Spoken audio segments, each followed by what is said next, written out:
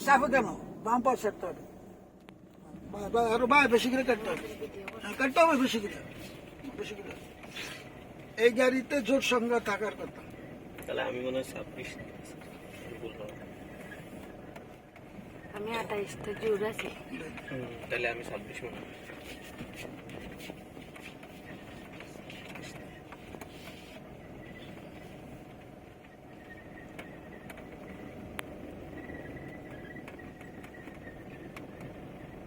গাড়িটা থামাইতে হবে ক্লাসটা ফুল চাপ বাম পায় আস্তে টানছে না